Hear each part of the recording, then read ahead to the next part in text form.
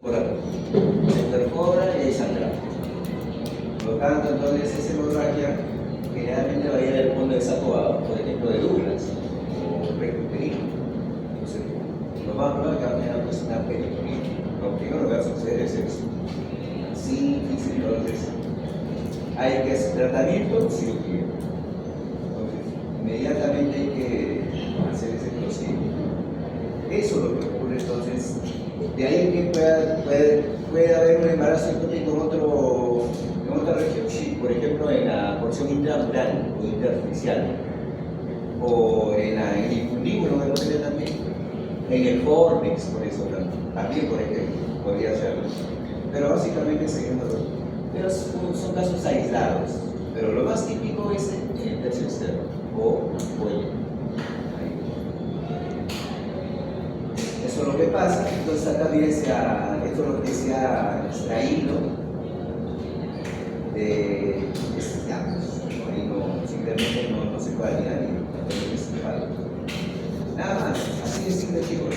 La biografía no estamos viendo ahora, es nada más para ver si ingresa pues una sustancia, para ver si hay un quiste, una masa, ¿verdad? Pero aquí me cáncer de cuello del útero, eso.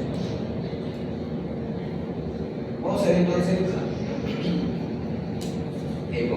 algo rápido, cosas puntuales, ya, de lo que más o menos podría venir la pregunta de conflicto, nada más.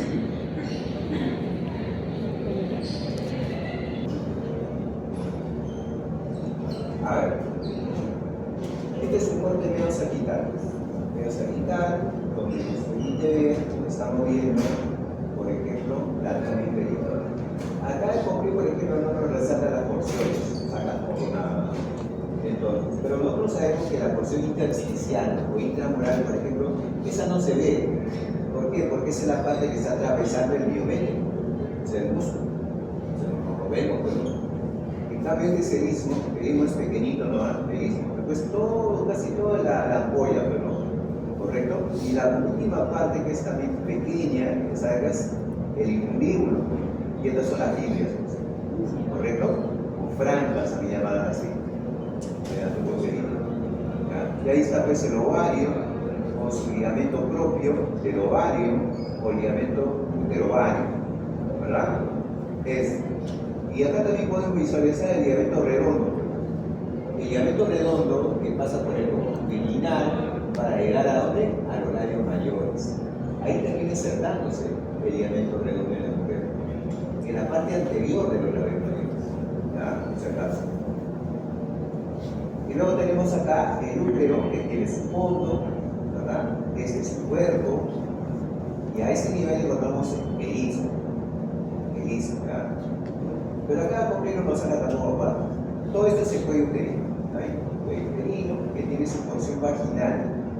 Porción vaginal es lo que vemos que la vagina rodea esa parte de la porción vaginal. Esta es la porción uterina propiamente dicha. Entonces, si ustedes se fijan la porción uterina del cuello del útero, no se va a hacer que este es el istmo, ¿ya?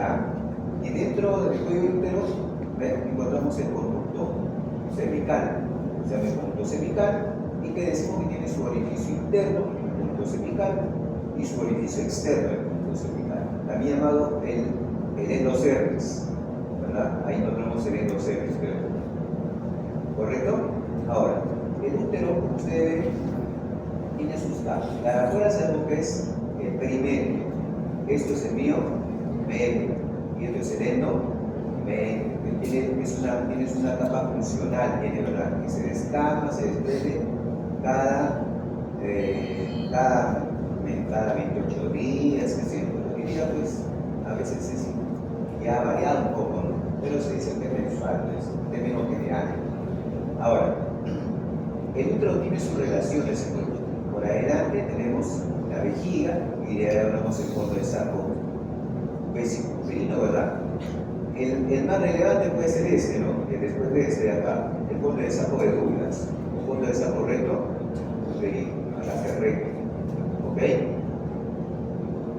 Entonces vamos a ver que luego cuando vayamos al cuello es importante porque vemos que tiene unos recesos acá, llamado fondo de saco vaginal posterior, y este es el fondo de saco vaginal anterior. Importante porque el fondo de saco vaginal posterior se relaciona con el fondo de saco de Douglas, ¿verdad?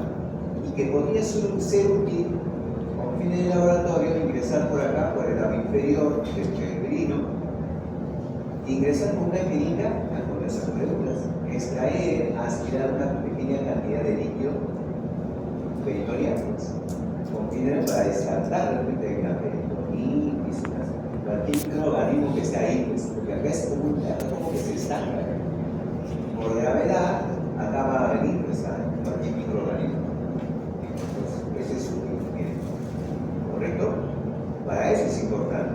Pero además, también pues, se dice que, o también es útil para ese semen que llega acá, cuando se dice una acá y ahí van a pasar a que de esa manera avancen por acá, por esa manera.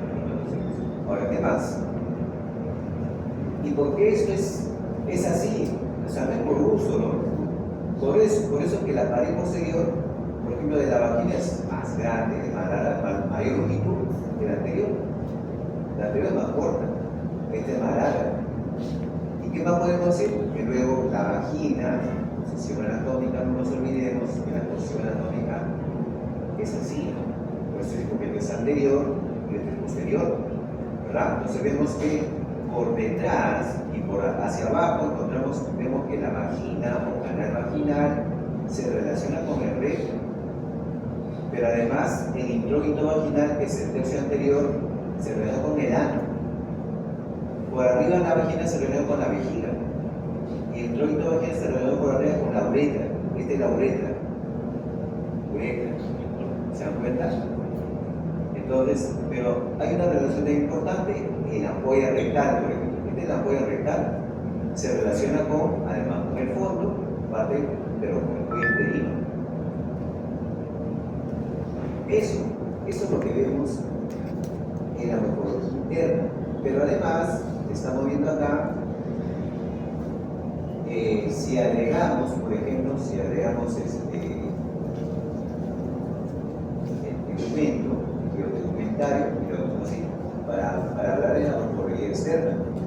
Es decir, lo primero que vamos a ver entonces es el monte de Venus, la parte más superior, monte de Venus, ¿correcto?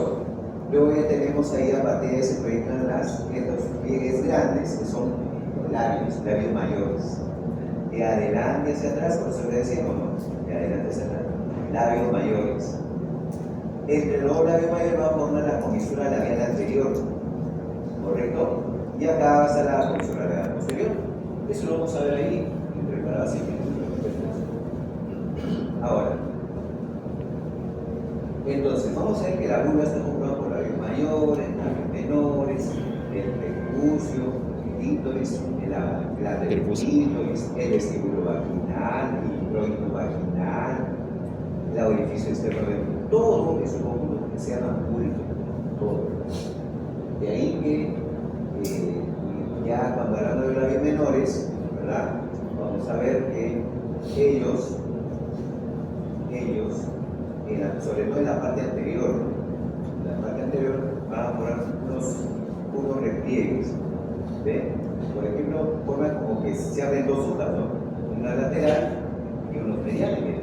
Miren el mediano, los medianos que forman el frenillo del clítoris, forman el frenillo del clítoris.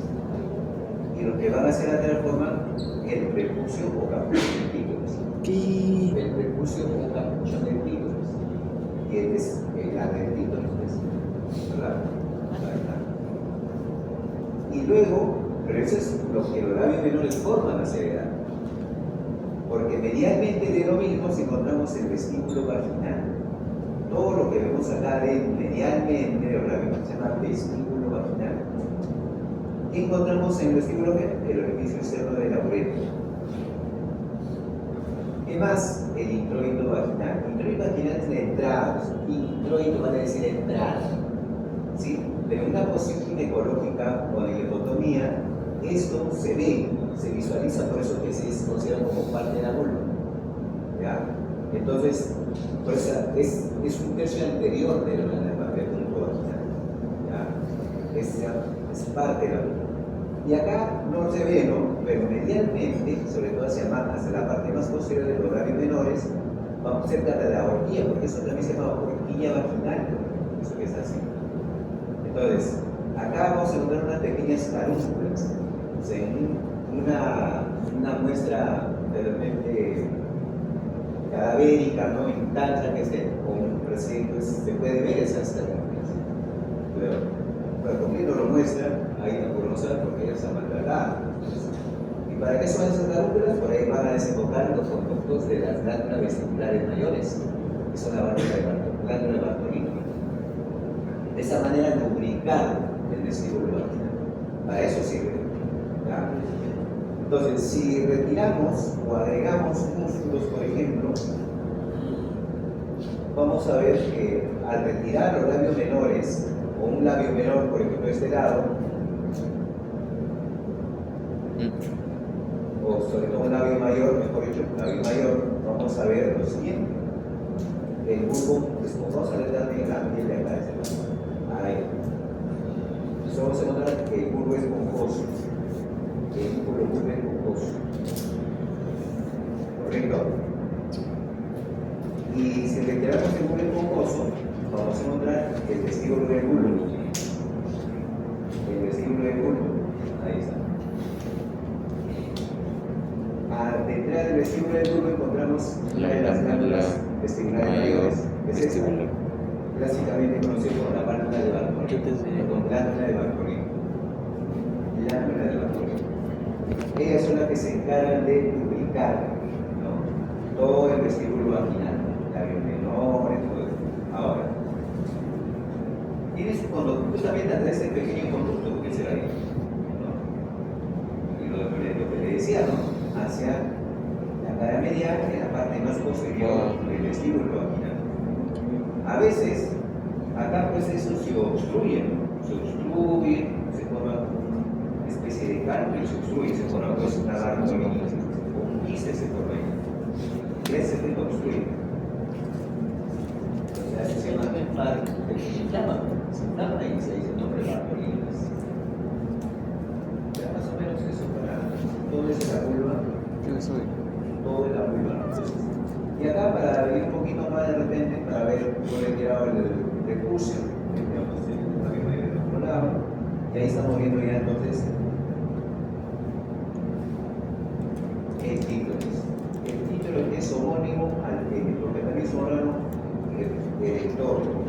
Tienes ahí su cuerpo, su cabeza, o grande, y también tiene sus pilares. Estos son sus pilares. Pilares del clítoris del otro lado.